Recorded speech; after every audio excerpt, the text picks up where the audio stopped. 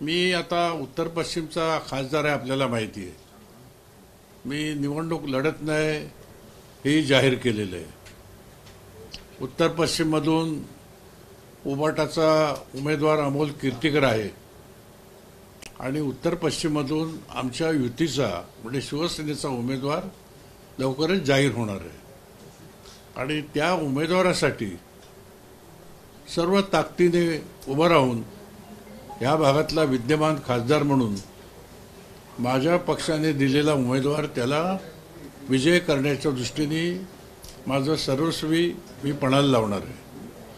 हा एक स्पष्ट करतो तुमच्याकडून. मी 25 वर्षे युतीमधून निवडणूक लढलेला आहे.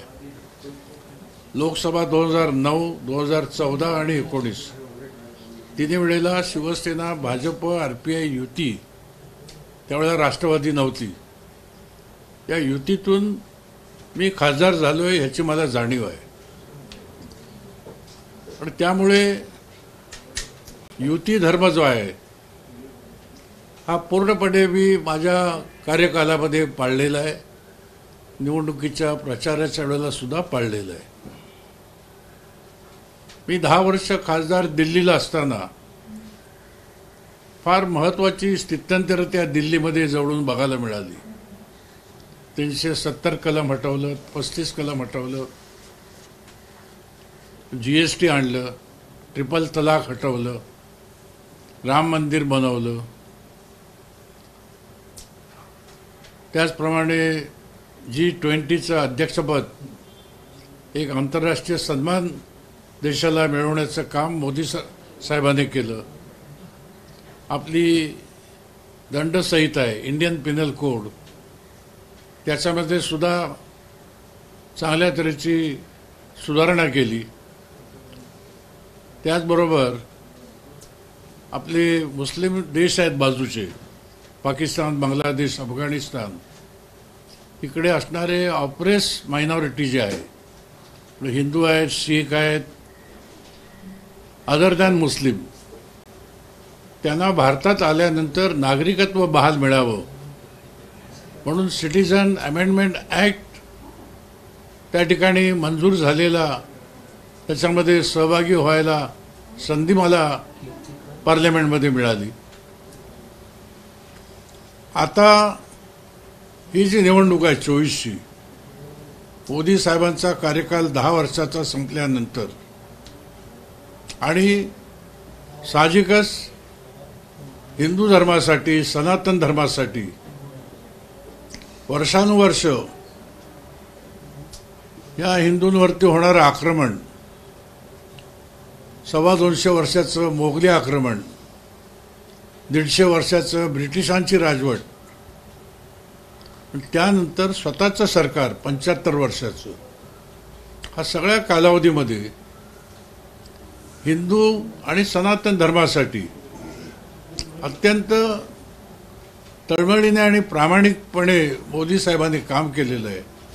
ते मी जवळून बघितलेलं आहे. त्यामुळे मोदीच पुन्हा पंतप्रधान व्हावेत, किंबहुना या देशामध्ये ज्या हिंदूंचा छळवाद जो झाला गेल्या 500 वर्षात, त्याच्यामध्ये राम मंदिर हा एक विषय आहेच. चांगल्या तऱ्हेची कॉरिडॉर बनवली गेली आहेत काशीला वगैरे. या सगळ्या गोष्टीसाठी आमची मनोमन इच्छा आहे की मोदी येणाऱ्या आणखीन 5 काय 10 वर्ष हे भारताचे पंतप्रधान राहावे, त्यांनी नेतृत्व करावं.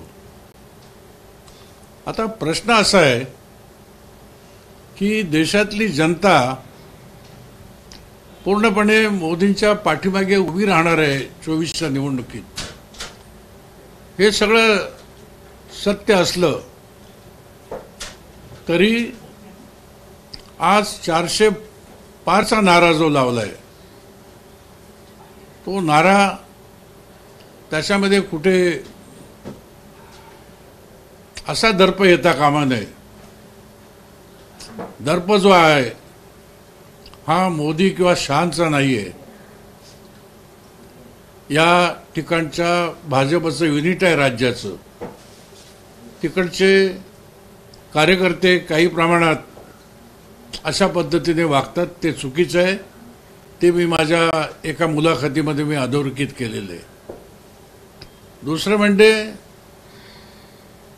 की आज रामदास आठवले त्यांची आंबेडकरी जनता ही युतीला मतदान करते. रामदास आठवलेचा एकही उमेदवार रिंगणात नाही, परंतु युतीला आंबेडकरी जनता मतदान करते. म्हणजे युती आहे म्हणून रामदास आठवले या युतीसोबत आहेत म्हणून त्यांचा सुद्धा काही खारीचा वाटा आहे, त्यांची सुद्धा व्होट बँक आहे. त्याचप्रमाणे शिवसेना एकनाथ शिंदे जे नेतृत्व करतात त्या शिवसेनेची सुद्धा व्होट बँक या महाराष्ट्रात आहे. बाळासाहेबांनी हिंदुत्व, राष्ट्रीयत्व, आक्रमकता, मराठी माणसांचा सर्वांगीण विकास हे विचार त्यांच्या काळात पेरले. त्या विचाराने प्रेरित झालेले असंख्य गावकरी, तरुण आज देखील महाराष्ट्राच्या खेड्यापाड्यात आहेत, जिल्ह्यामध्ये आहे. त्यामुळे शिवसेनेची फार मोठी व्होट बँक या महाराष्ट्रामध्ये आहे आणि आम्ही युतीसोबत असल्यामुळे त्या व्होट बँकेचा फायदा या महाराष्ट्रात जी निवडणूक होते, उद्या विधानसभेची होईल, आता लोकसभेची आहे, त्याचा फार मोठा फायदा या युतीच्या उमेदवारांना जिंकण्यासाठी होतो.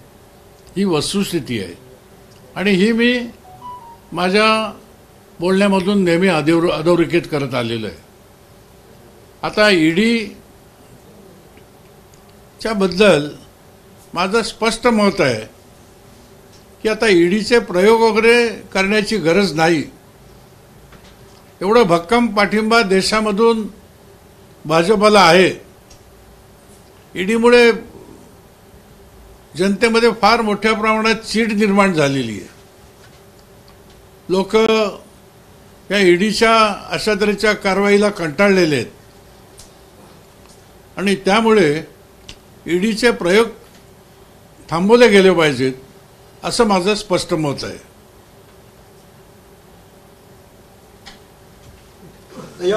तुम्ही म्हणता अमोल कीर्तिकरांचा प्रचार करणार आहात, पण दुसऱ्या बाजूला अमोल कीर्तिकरांवरती ईडीची चौकशी सुरू आहे.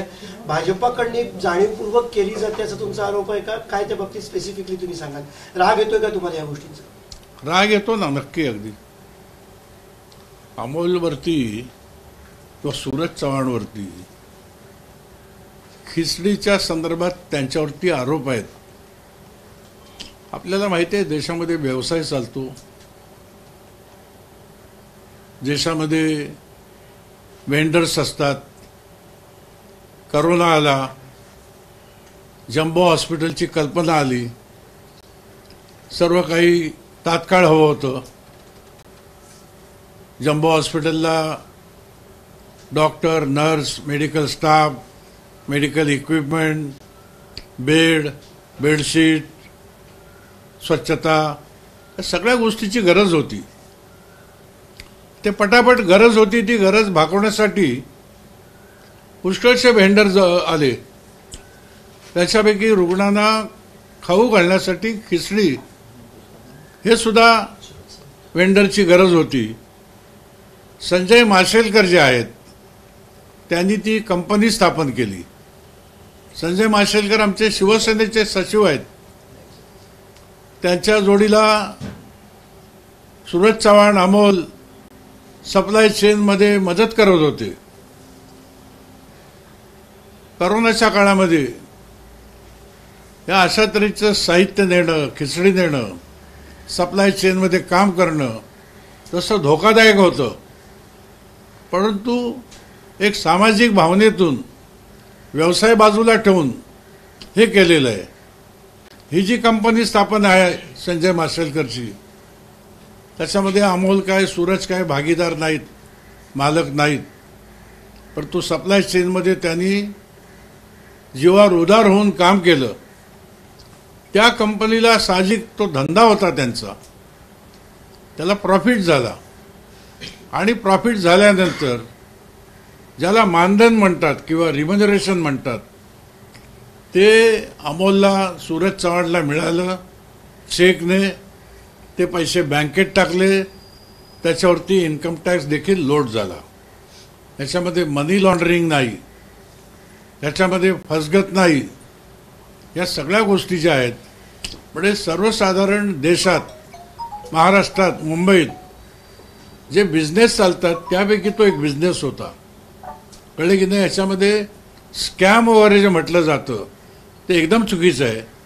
आणि ह्या संदर्भात सगळी कागदपत्र याचा पूर्ण तपास केलेला आहे. ईडी अधिकाऱ्यांनी पूर्ण तपास केलेला आहे. बरं, हा काही क्रिमिनल ऑफेन्स नाही आहे, याला कस्टोडियल इन्क्वायरीची गरज नाही. परंतु सतत डोक्यावरती टेन्शन ठेवायचं, अटक केली जाईल, सतत बोलवलं जायचं. आता परवा त्याला बोलवलं, जे मागच्या वेळेला विचारलं तेच परत विचारलं, तीच कागदपत्र तपासली. इन्क्वायरी संपलेली आहे खरं म्हणजे, पण इन्क्वायरी करत राहत आहेत, टेन्शन देण्याचं काम चाललंय. म्हणून म्हटलं हे सगळे प्रयोग बंद करा अशी माझी विनंती आहे. So you recently said that even if BJP wants to win 400 seats, even if you want to take over the parliament, you can, but at least treat your alliance partners with respect. So what do you mean by that, sir? I mean by that it is enough. You will reach beyond 400.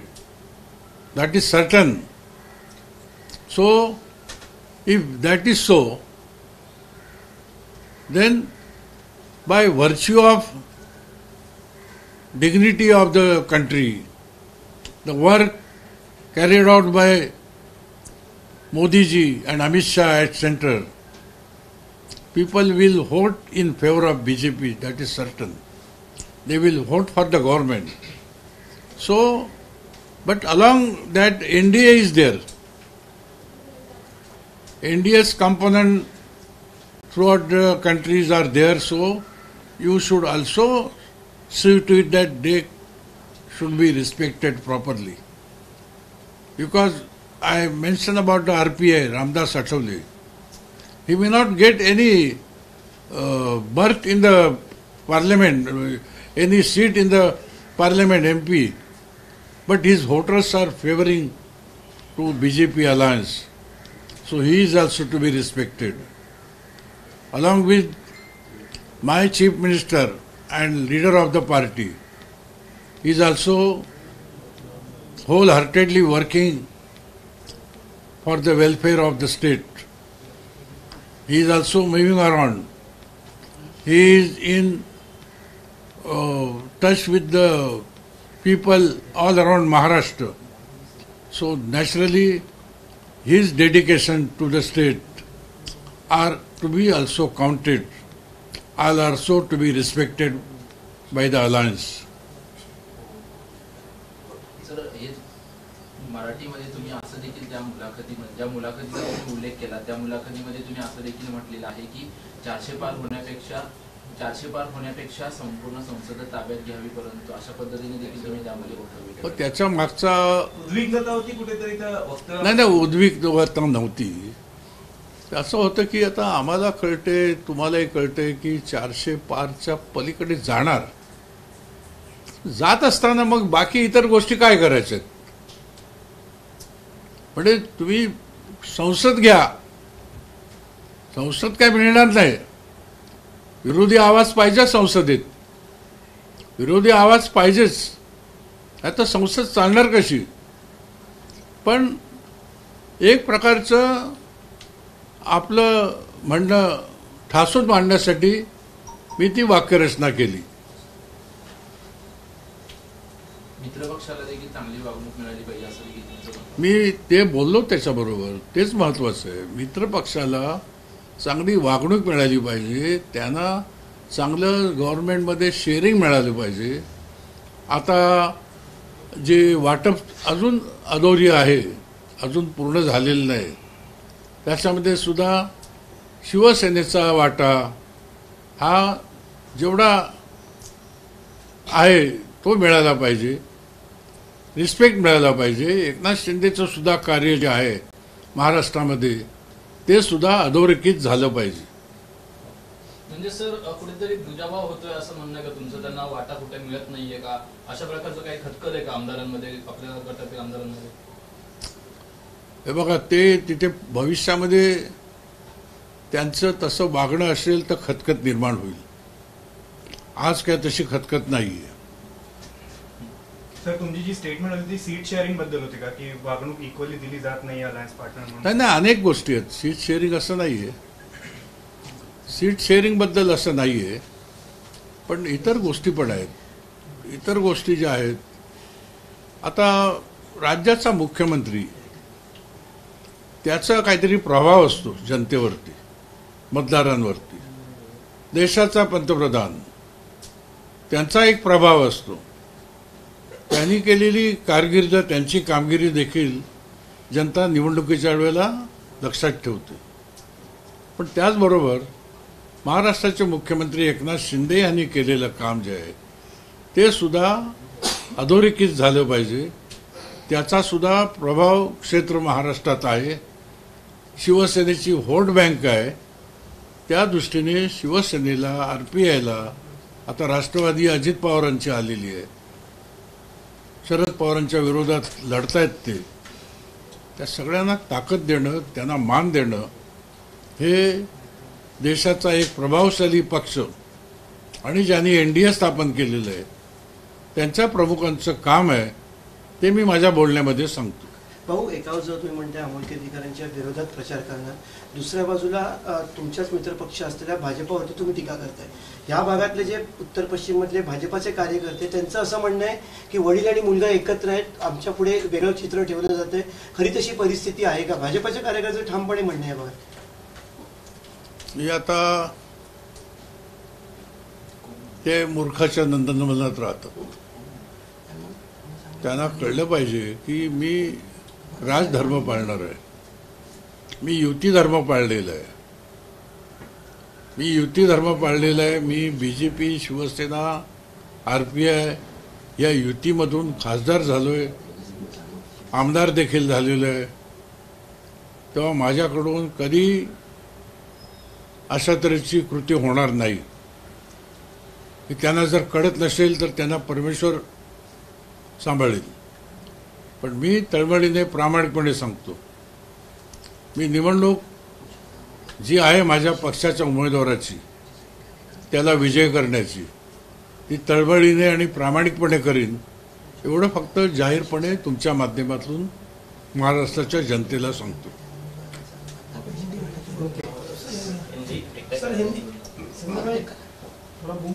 आवाज कम आ रहा है sir, एक बार हिंदी में जाना चाहेंगे. जिस तरह से सीटों का बंटवारा अब तक पूरा नहीं हो पा रहा है, जिस तरह से महायुति में लोकसभा के सीटों का बंटवारा पूरा नहीं हो पा रहा है, कहां पर पेच फंसा हुआ है और किस तरह से बार बार लगातार ईडी जैसी सेंट्रल एजेंसीज का दुरुपयोग होता दिख रहा है आपको? आपका इसके ऊपर क्या कहना है? मैं ईडी के बारे में मैं बोल चुका हूँ, लेकिन ये बंटवारा की जो बात है, ये तो 3 पार्टी साथ में बैठ के बंटवारा करना, ये दिक्कतें रहती है, मुझे मालूम है. मैं बहुत सीनियर हूँ, बहुत मैंने अलायंस की ये सीट बंटवारा का काम देखा है. ये इजी काम नहीं है. बहुत ऐसा नहीं कि इसमें गलत है, जानबूझकर डिले करते, ऐसा नहीं है उसमें. ये हो जाएगा एक न एक दिन.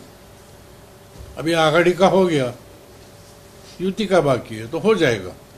सर, बीजेपी ने अपनी सीटों का तो ऐलान कर दिया है, 20 से ज्यादा सीटें उन्होंने ऐलान कर दी है.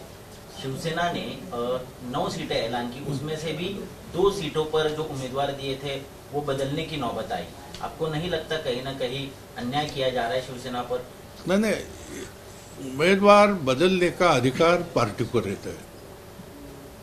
एकनाथ शिंदे ने 3 जगह उम्मीदवार बदल दिया. बदलने की कोई राह रहेगी उनकी. हम लोग समर्थन किया ये बदल को, ऐसा नहीं कि हम लोग ऑब्जेक्शन लिया. अभी कुल मिला के 13 लोग आए थे, 13 में से 9 तो डिक्लेयर किया, 9 में से 3 उम्मीदवार बदली किया गया।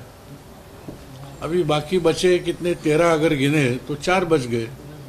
तो 4 का समझो कि सेटलमेंट हो जाएगा, ऐसा नहीं कि 4 मिलेंगे नहीं।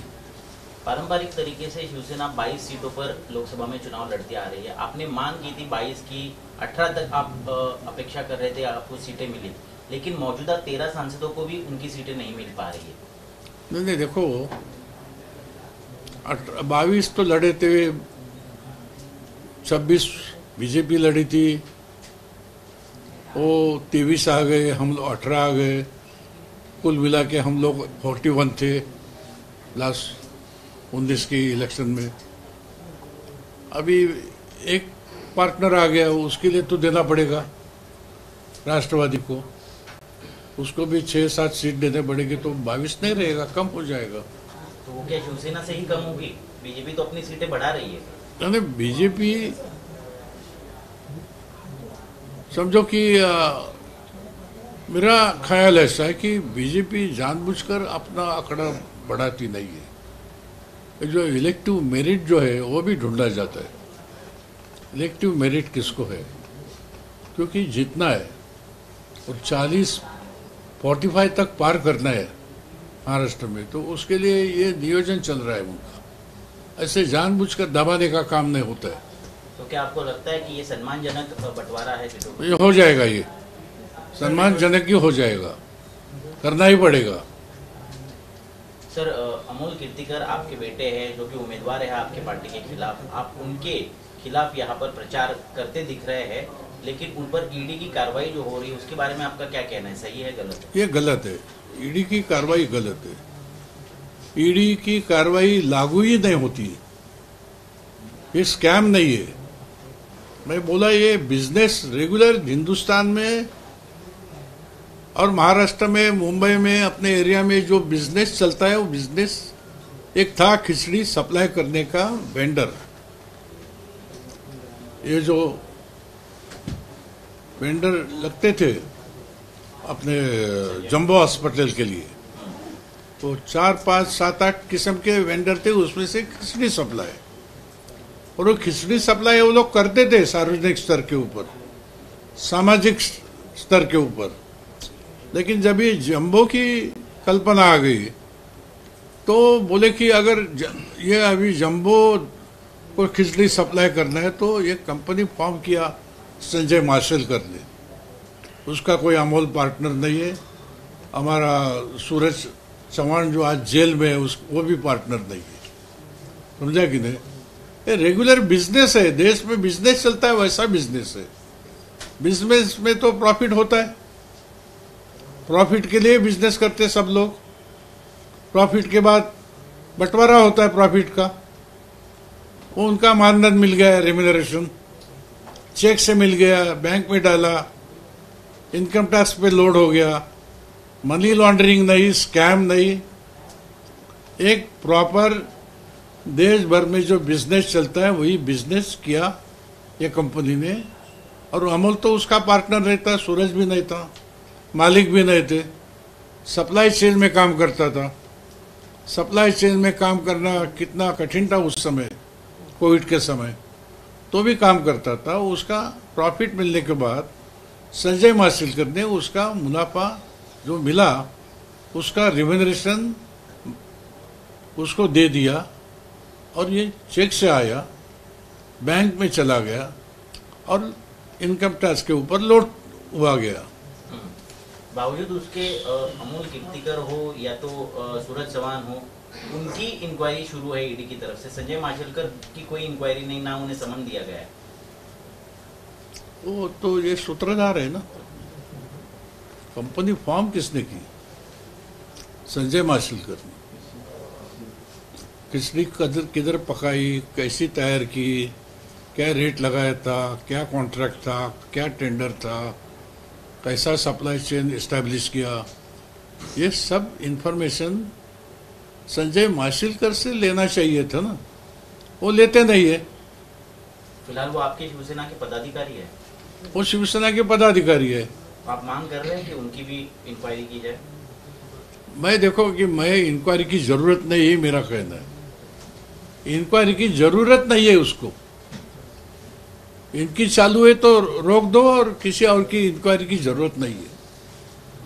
कौन है इसके पीछे का सूत्रधार, आपको क्या लगता है? कौन किस- है कौन- ईडी की जो कार्रवाइयां हो रही है? ईडी का आप बोलिए ना, आप बोलिए ना, मेरे मुंह से क्यों सुनते हो? हम सवाल पूछेंगे। अरे आप बोलिए ना, आप पत्रकार है ना हुशार। अमोल कीर्तिकर को 2 बार ईडी ने समन किया, 2 बार पूछताछ की। आपने कहा कि दोनों बार वही सवाल पूछे गए हैं, जबकि इंक्वायरी जब हो रही थी। वही तो बात है ना, इंक्वायरी में एक तो ये इंक्वायरी कस्टोडियल इंक्वायरी नहीं होती, ये क्रिमिनल ऑफेंस नहीं है, समझा कि नहीं। दूसरी बात, ये इंक्वायरी कागजात की होती है, पूरे कागजात दिखाए। कल हो गई इंक्वायरी, जो कागजात दिखाए पहले इंक्वायरी में वही उन लोगों ने वापस मांगे, वही दिखाई। क्या है इंक्वायरी में? मतलब प्रेशर क्रिएट किया जा रहा है खाली। वही तो है ना। सर, सीटों के बंटवारे में आपको नहीं लगता कि बीजेपी की महत्वाकांक्षा जो है वो बाकी सारे अन्य दल है, सहयोगी दल, उनके आड़े आ रही है? इसलिए मैं बोला कि आप पूरा 400 पार करो, हो जाएंगे आप, लेकिन एनडीए जो आपने बनाई है, एनडीए के घटक पक्षों को सम्मान दीजिए, यही मेरी मांग है। किस तरह से मिलेगा सम्मान? अगर सीटों का बंटवारा जो हो रहा है उसमें सीटें ही नहीं दी जा रही है, मौजूदा सांसदों को भी सीटें नहीं दी जा रही है, तो किस तरह से सम्मान मिलेगा? देखो, बंटवारा जो सीटें बाकी है उसमें से बाकी चीज भी देखनी पड़ती है, मुझे मालूम है ना। और सीट मिलने के बाद किसी को उम्मीदवारी देना है, किसी को नहीं देना है, ये अधिकार पार्टी का चीफ का रहता है, एकनाथ शिंदे का रहता है, समझा कि नहीं। अभी तक तो मिले 13 तक, और मिलेंगे, देखेंगे कितने तक जाते। कि पार्टी के सांसदों में और कार्यकर्ताओं में इस बात को लेकर नाराजगी है? नाराजी ऐसे नहीं बताते नहीं है, नाराजी अगर होगी तो बताते नहीं है। लेकिन है, क्योंकि नजर तो आ रही है वहां पर हेमंत गोडसे हो, हेमंत पाटिल हो, नहीं, भावना जिसको गौरी हो। जिसको कैंडिडेचर मिला नहीं उनमें नाराजी तो है ही है। हेमंत पाटिल में है, धाराशिव हेमंत में भी गोडसे हमने में, देखा धाराशिव में भी शिवसैनिक आक्रामक हो रहे हैं। धाराशिव में क्यों? धाराशिव में भी वो सीट चाहते हैं। ठाणे की सीट नहीं मिल रही जहां से खुद मुख्यमंत्री एकनाथ शिंदे आते हैं। अरे मिलेंगे ना, आप तो सबूर रखो ना। बोलते थे। चलो, ओके। सर, एक सवाल है कि उद्धव ठाकरे जो है पालघर में चुनाव प्रचार के लिए गए हैं, जा रहे हैं। अब ऐसे में सवाल यह है कि जब साधुओं की हत्या हुई थी तब उद्धव ठाकरे घर में बैठे थे, वो प्रचार नहीं कर रहे थे, उसके लिए नहीं गए थे, लेकिन अब चुनाव प्रचार के लिए अब जा रहे हैं। इस पर आपकी क्या प्रतिक्रिया है? साधु का हत्या और उद्धव को प्रचार के जाने के लिए क्या संबंध है? कैसी पत्रकारिता है आप? जब भी हत्या हुई थी तभी वो, अरे हाँ, बराबर जब भी नहीं। हत्या हुई थी तभी अरे वो नहीं गए। मैं पब्लिसिटी मिनिस्टर था, मैं आपका वर्कशॉप लिया था। क्या लेवल के ऊपर पत्रकारिता चाहिए आपकी? एबीपी माझा, उघडा डोळे बघा नीट।